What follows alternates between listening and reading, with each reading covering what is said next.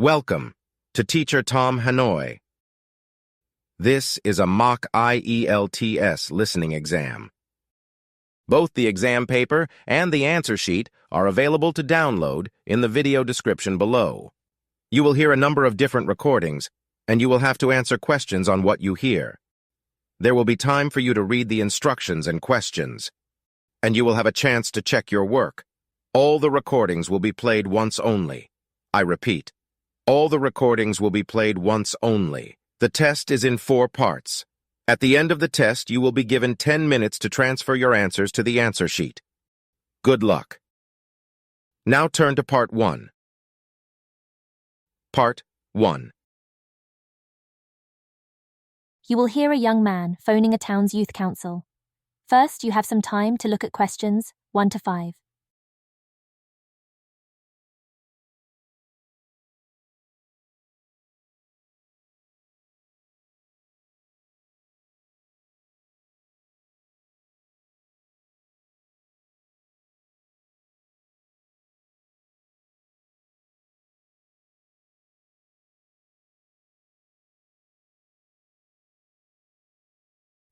Now, listen carefully and answer questions 1 to 5. Good morning, Youth Council. Caroline speaking. Oh, hello. I'm interested in standing for election to the Youth Council, and I was told to give you a call. That's good. Could I have your name, please? Yes, it's Roger Brown. Thank you. I'm Caroline, the Youth Council Administrator. So, do you know much about what the council does, Roger? I've talked to Stephanie. I think she's the chair of the council. That's right. And she told me a lot about it. How it's a way for young people to discuss local issues, for example, and make suggestions to the town council. That's what made me interested. Fine. Well, let me take down some of your details. First of all, how old are you? You know the council is for young people aged from 13 to 18. I've just turned 18. And where do you live, Roger? Well, that's a bit complicated. At the moment, I'm looking for a flat to rent here, so I'm in a hostel from Monday to Friday. I go back to my parents' place at the weekend. OK. So where's the best place to send you some information about the council? Oh, to my parents' address, please. That's 17 Buckley Street, Buckleigh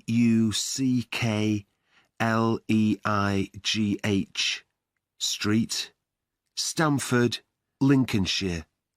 Though you don't really need the county. Oh, I know Stamford. It's a lovely town. And what's the postcode? PE9 7QT. Right, thank you. So are you working here or are you a student? I started studying at the university a couple of weeks ago, and I've got a part-time job for a few hours a week. What do you do? Well, I've done several different things. I've just finished a short-term contract as a courier, and now I'm working as a waiter in one of the big hotels. Uh-huh. That can't leave you much time for studying. Oh, it's not too bad. I managed to fit it all in. What are you studying? My ambition is to go into Parliament eventually, so my major subject is politics. That's partly why I think the Youth Council is important and want to be a part of it. And I suppose you're also taking a minor subject, aren't you? I know a lot of people study economics too. I chose history. To be honest, I'm not finding it as interesting as I expected. Before you hear the rest of the conversation, you have some time to look at questions 6 to 10.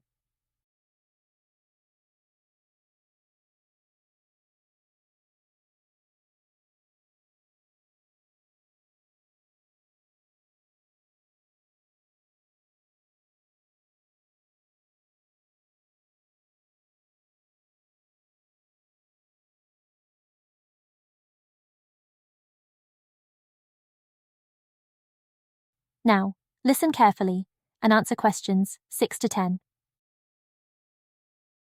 OK, so with your studying and your part-time job, do you have time for any other interests or hobbies? Well, I spend quite a lot of time cycling, both around town to get to university and to work, and also long distance, from here to London, for instance. That's pretty impressive. Anything else? For relaxation, I'm also keen on the cinema.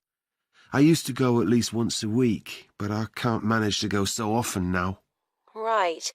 Are you sure you'll have enough time for the youth council? Yes, I've worked out that I can afford to reduce my hours at work, and that will make the time. So is there any particular aspect of the youth council's work that appeals to you, Roger?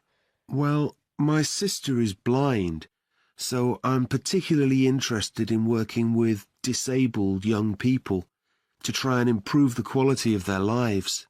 That's great. Well, the best way to get involved is to be nominated by some people who you know. Right. Can you tell me how to set about organising that? You should talk to Geoffrey, our elections officer. I can arrange a meeting in the council office with him, if you like. Yes, please. He'll be here next Monday, if that suits you. That's the 14th, isn't it? Yes. I can manage late afternoon. Would you like to suggest a time? He generally leaves around 5:30. Well, would 4:30 be okay? My last class finishes at 4, so I'd have plenty of time to get to your office. Right, that's fine. Oh, and could I have a phone number we can contact you on? Yes, my mobile number's 07788 136711. Thank you. Well, we'll look forward to seeing you next week. Thanks very much. Goodbye. Bye. That is the end of Part 1. You now have 30 seconds to review your answers to Part 1.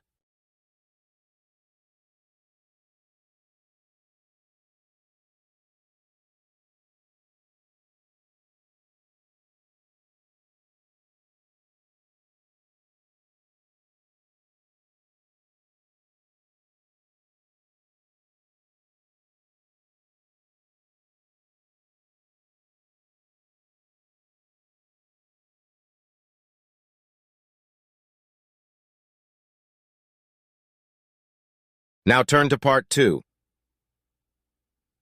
Part 2. You will hear a radio program giving parents advice about buying cots for their babies to sleep in. First, you have some time to look at questions 11 to 17.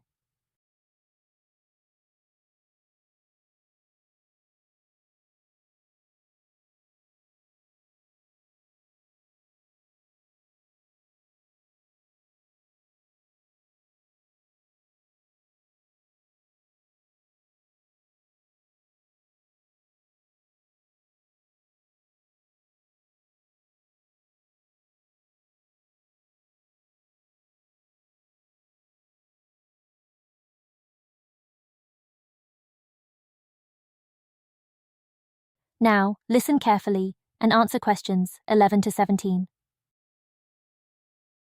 Hello and welcome to today's Buyer Beware program, where we give you some tips on how to spend your money wisely. Now, in today's show, we're looking at beds for children and babies. Let's start by looking at baby cots. That's for children of up to 3 years old. We tested 3 different cots, all in the budget price range, and as usual, we will feature the good points, the problems, and our verdict. The first cot we looked at was by BabySafe, and it had several good points to recommend it. Our testers liked the fact that it had 4 wheels, so it was easy to move around. The only slight problems with this cot were that it had no brakes, but they didn't think that mattered too much. At first they were a bit concerned about the side bar, because they felt babies could trap their fingers in it. But our testers felt that this was unlikely to happen, so they've given this one a verdict of satisfactory. The next cot was by Choice Cots, and this time our testers were pleased to find a cot which is simple to put together, unlike others we looked at. On the minus side, our testers did not like the fact that the side of the cot did not drop down, making it difficult to pick up newborn babies. However, the real problem with this cot was the space between the bars. Our testers found they were too wide and a baby could easily trap his head. We felt this was a real safety hazard, and so we've labelled this one dangerous, I'm afraid. And finally, better news for the Mother's Choice cot. This cot was slightly different in that although the sidebar did not drop down, the base could be raised or lowered into two different positions, making it safe as well as convenient. The negatives for this one were quite minor. The only niggle everyone had was the fact that it has no wheels, and the only other problem anyone could find was that there were pictures, which were simply stuck on and so could easily become detached. The makers have now promised to discontinue this practice. As this cot will then be safe in every way, we have made the Mother's Choice cot our best buy. Congratulations, Mother's Choice. Before you hear the next part of the conversation, you have some time to look at questions 18 to 20.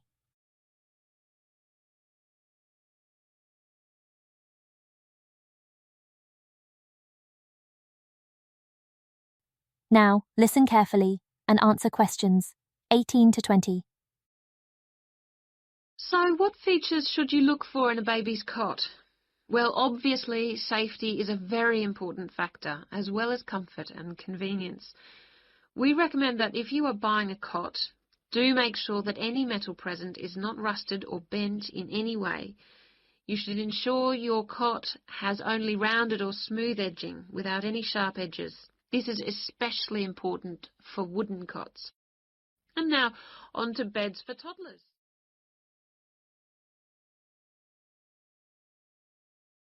That is the end of Part 2. You now have 30 seconds to review your answers to Part 2.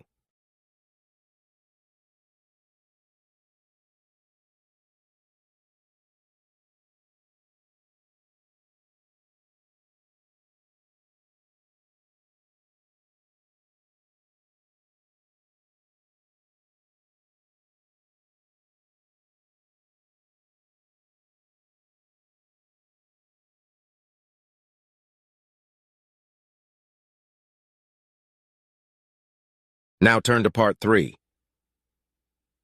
Part 3. You will hear a textile design student called Jim discussing his project on using natural dyes for colouring fabrics with his tutor. First, you have some time to look at questions 21 to 24.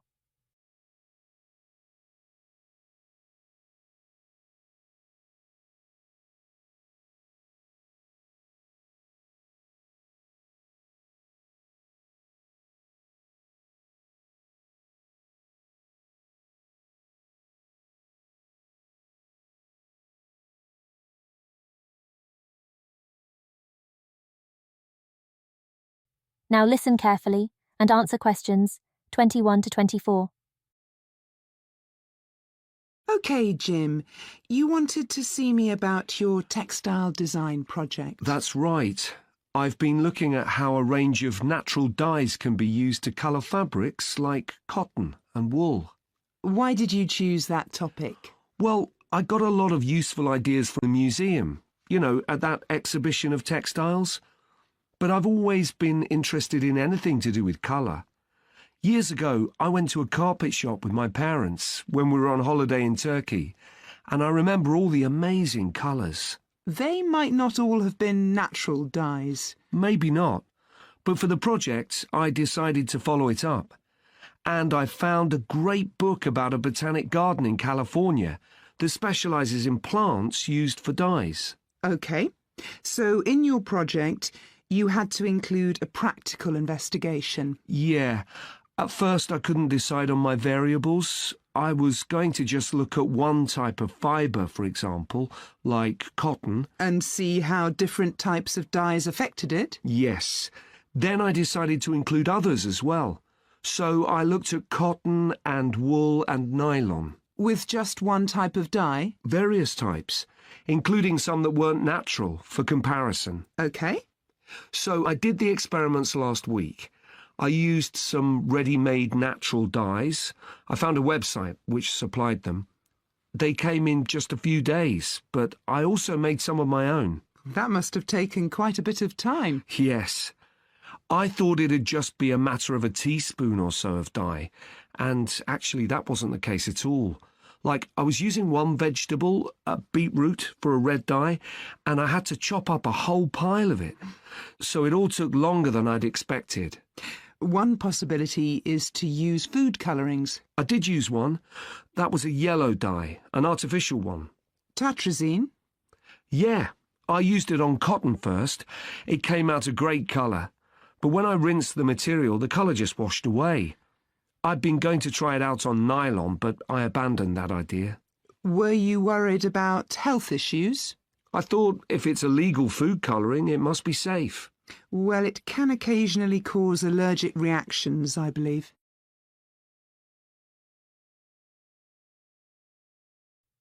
Before you hear the rest of the conversation, you have some time to look at questions 25 to 30.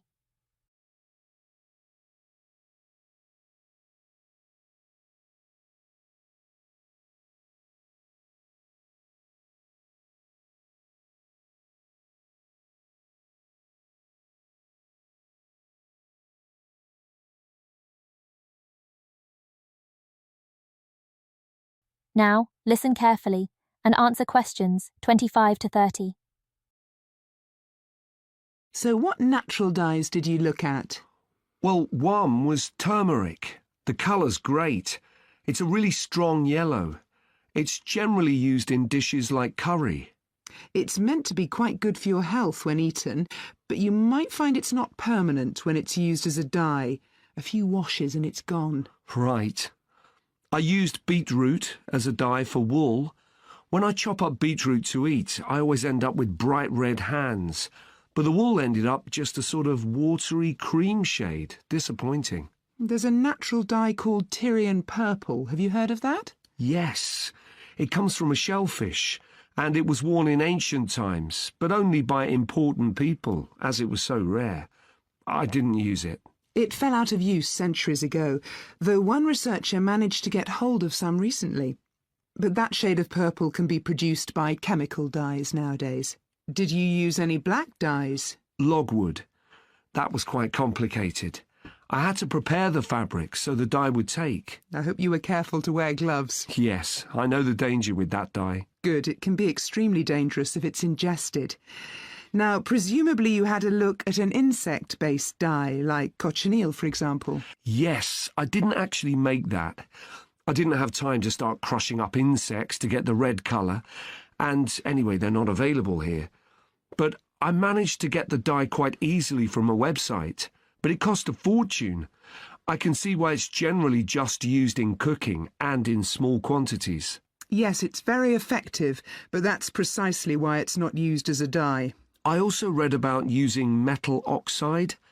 Apparently you can allow iron to rust while it's in contact with the fabric, and that colours it. Yes, that works well for dyeing cotton. But you have to be careful as the metal can actually affect the fabric, and so you can't expect to get a lot of wear out of fabrics treated in this way. And the colours are quite subtle. Not everyone likes them. Anyway, it looks as if you've done a lot of work. That is the end of Part 3. You now have 30 seconds to review your answers to Part 3.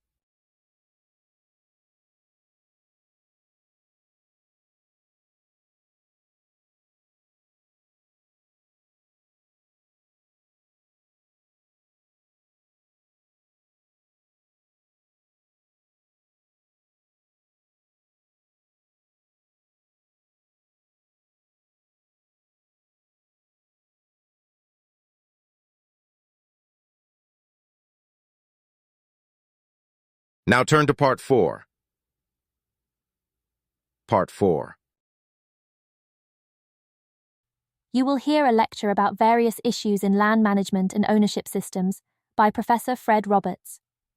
First, you have some time to look at questions 31 to 35.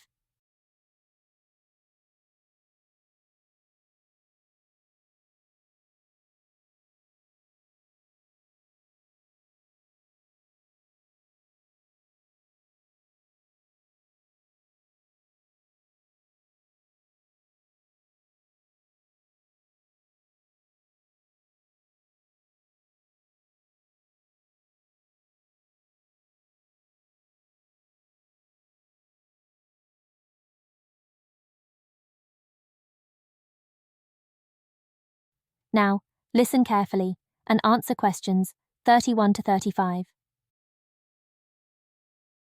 Good morning, everyone. Good to see you all looking so full of energy.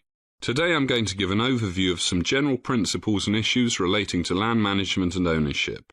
Very important. If we look at history, it seems that much of it concerns conflict over religion, economic power and land. Often all three factors are involved together. The first question one asks when talking about land is, who owns it? What you can do with land you own depends on one's political views. A far-right conservative may say ownership is the socially supported power to do what you want with the land you own, with no control by government as long as what you do with it doesn't hurt others. You can imagine how different factions interpret hurt others. By contrast, the political left, socialists and, more to the left, communists say land ownership, private land ownership that is the root cause of much injustice in the world, and that the social protection of private land ownership can result in tyranny and oppression. They therefore argue for state, public and cooperative forms of land ownership. I would mention here that most of us take for granted the idea that everything must be owned by a person, people or an organization. But some societies, notably some native North American tribes, seem to have no concept of personal ownership. It was normal for them simply to take anything they needed and for others to take it from them if they needed it. When European settlers came, the Indians behaved as usual, which led the Europeans to seeing them as thieves. But the European settlers grabbed the Native Americans' land, their most important possession. So who were the real thieves? Before you hear the rest of the conversation, you have some time to look at questions 36 to 40.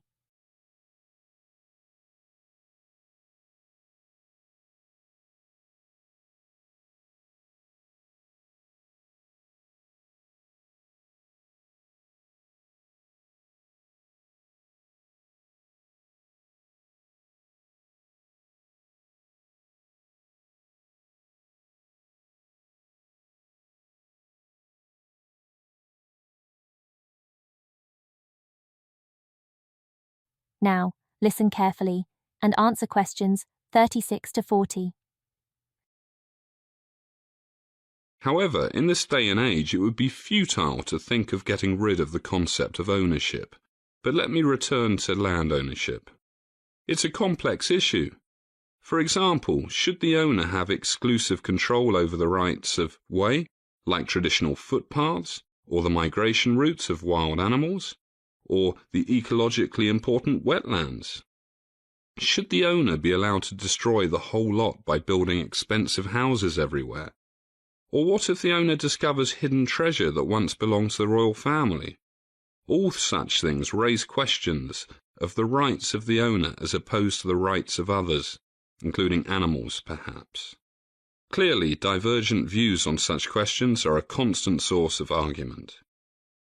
What did the classical economists say about land ownership? Their positions were often rather ambiguous. Many of them seemed to consider it a necessary evil, and argued that it could not be defended if there was not some obligation to keep and improve the land. This is the concept of stewardship, that the land must be kept in good condition for future generations. But what if the owners were good stewards of their vast estates, but millions were going hungry? The Marxist answer was, and still is, land reform as a means of social justice. And in the 20th century, I mentioned ecological issues just now. Other reasons for legally restricting the rights of landowners have emerged. You can't cut the trees down because it would cause soil erosion that can spoil rivers hundreds of miles away. Pollution, the need to protect biodiversity, things that reduce the level of what we called nature's services to the general public, all have led to more restrictions on landowners' rights, at least in some countries, especially Europe. At the same time, property taxes have steadily increased to pay for essential services. offered by the state or local government, such as firefighting. As these threats to the health of our planet get more serious, some people have argued that the ownership of natural capital, forests, wetlands, etc., will more and more be controlled by communal and not by private bodies. For example, the use by multinational companies of native plant varieties for modified crops and new drugs, plants that they seldom paid for in the past, are now increasingly recognized as belonging to the cultures or ecosystems from which they originated. But it seems to me that having the land and its flora and fauna owned by governments is no guarantee that they'll be used wisely, rather than for short-term profit. The evidence is that local ownership protected by law is usually the best answer. Okay, it will soon be time for a break, but before we have our coffee, I will give the answers to the 2 questions I asked. That is the end of Part 4. You now have 30 seconds to review your answers to Part 4.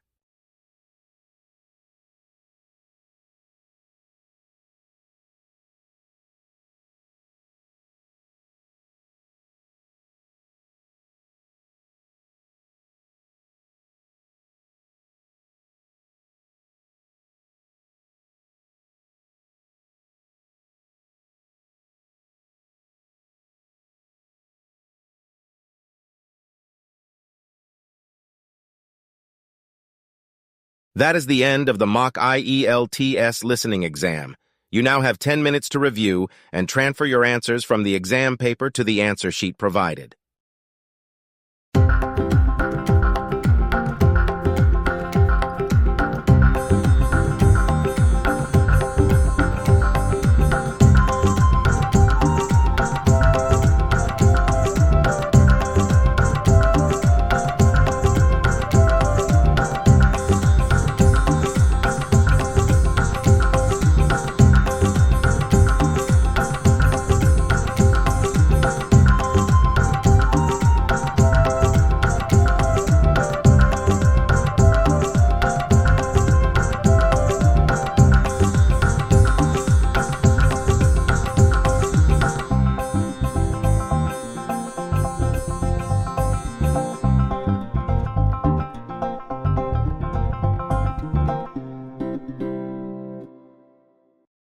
Thank you for your attention.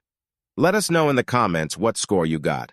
Also, please like and subscribe for more mock IELTS exams. Thank you, and see you in the next video.